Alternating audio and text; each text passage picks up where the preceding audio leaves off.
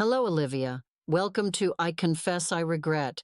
You said you were going to tell us a stunning confession, right? Hi, yes, that's right. Then we're listening to you. A woman jumped in front of my car at night. That night passed, but my life was never the same again. That night was the turning point of my life, but I didn't know it. The sky was shrouded in clouds, hanging over the town like a silent menace. Nothing was visible except the headlights of the car. The dark roads of our small town were deserted even during the day, but at night, they felt almost deserted. Behind me, in the back seat, Lily and Jake were asleep. Lily is 6, Jake is 4. They both loved sleeping in the car. We were on our way home after a long day. We had been to visit my parents and we were running late as usual. I was hoping to get home, but I also had a strange feeling inside. This was a road I had traveled for years, but it was different at night. Classical music was playing softly on the radio. My thoughts mingled together in my tired mind. The children's school needs, the troubles at work, the small but unresolved arguments with my ex-wife. It was just the daily rush of life. But I would have loved to remember that night as an ordinary night, but unfortunately, it wasn't. When a silhouette appeared in the middle of the road, my heart almost stopped. I fixed my eyes on the road, a person, yes, a woman. I slammed on the brake pedal so hard that the sound of the car rattled my ears. Lily jumped up from her sleep. "Mom, what happened?" she mumbled. I was dumbfounded. I didn't know what had happened either. Jake was still asleep. I saw her in the headlights. She was wearing a thin coat, but it was tossed to one side and the clothes underneath were torn. Her face was pale, her hair disheveled. She looked tired and scared. He was raising his hands, trying to stop the car. For a few seconds, I couldn't do anything. Different thoughts running through my mind. Is this a trap? Can I risk my children? But what if he really needs help? I went back and forth between stopping and not stopping. The woman started running towards my car. I had to stop. Otherwise, I would have run her over. When I rolled down my window slightly, her breath hit the glass as steam. "Please, get me out of here. Please," she said, the words choking her. He was talking so fast that it was hard to understand what he was saying. He met my eyes with desperation. "Don't let them find me. I'm running away. Please don't leave me." For a moment, I couldn't open my mouth. The fear I saw in her face had sunk into my soul. But I looked in the back seat. Lily was looking at me with her big eyes, trusting her mother. "Mom, who is this aunt?" she asked. She was so scared. Jake was still asleep, with an innocent face, oblivious to the world. I was fighting a big battle inside. Looking at her, I said, "We should go to the police station." "They can help you there," I said. But the woman quickly shook her head from side to side. "No, no police," she said. "Please, hide me.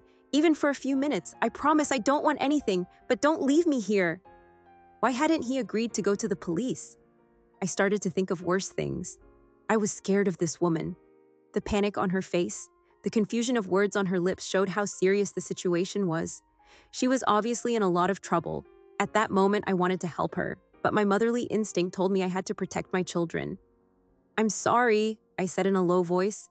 "I can't help you. I have children." The woman looked me in the eyes and put her hands against the glass.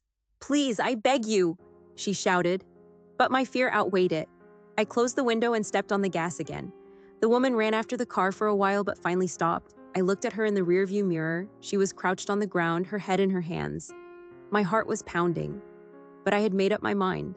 I couldn't risk my children. What would I do if someone cut us off in the future and hurt my children?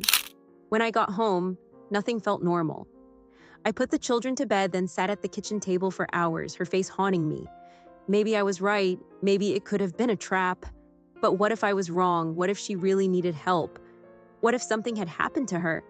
With these thoughts, I hardly made it through the morning. The next morning, I had to take the same road to go to work. I didn't want to see that road again, but I had no choice. When I got to the entrance of the road, I saw several police cars, an ambulance, and people gathered. I felt nauseous. I slowly pulled the car over and got out, praying inside that please nothing had happened to that woman. One of the policemen was examining the dirt ground. I approached him and asked, "What happened here?" He looked away from me and said, "A woman was attacked during the night. Unfortunately, she lost her life." My knees went weak.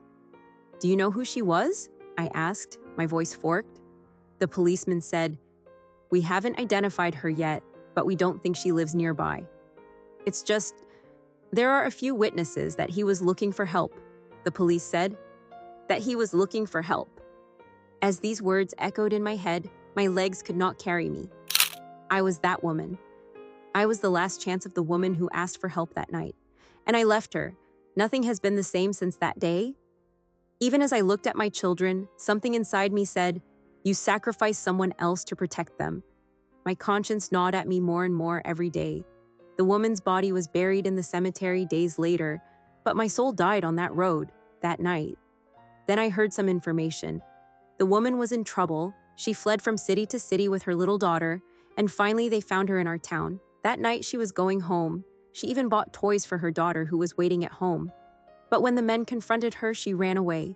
Probably the last time she asked for my help. After that, it was a tragedy. After this incident, my psychology broke down a lot. I couldn't leave the house for days. I even called my ex-husband and asked him to support us, to be there for us. He didn't break us. He came to us. I thought about it for about a week. I was going to leave the town.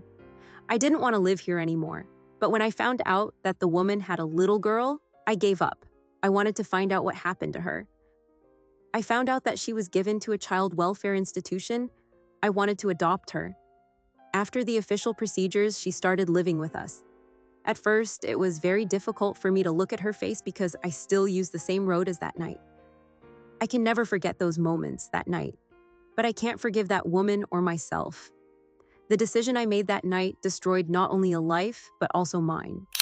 It taught me that the decisions we make in life can shape not only the moment, but our entire future. Sometimes we let our fears guide us, but when the fear wears off, all that is left is regret. That night, I thought I was doing the right thing for the children I was trying to protect, but now, I know that sometimes courage requires putting ourselves at risk. Now I am learning to live with that regret, and I try to touch other lives as much as I can, but the burden of the decision I made that night will forever be a scar on my soul. What Olivia went through was a really traumatizing event. It's not something that every person will face. But if you face such a situation one day, it may be helpful for you to remember Olivia's experience. The I Confess I Regret program will be back with a different story of regret in the next video. If you also regret events in your life, you can contact us and tell us your story. Don't forget to follow us. Take care of yourselves.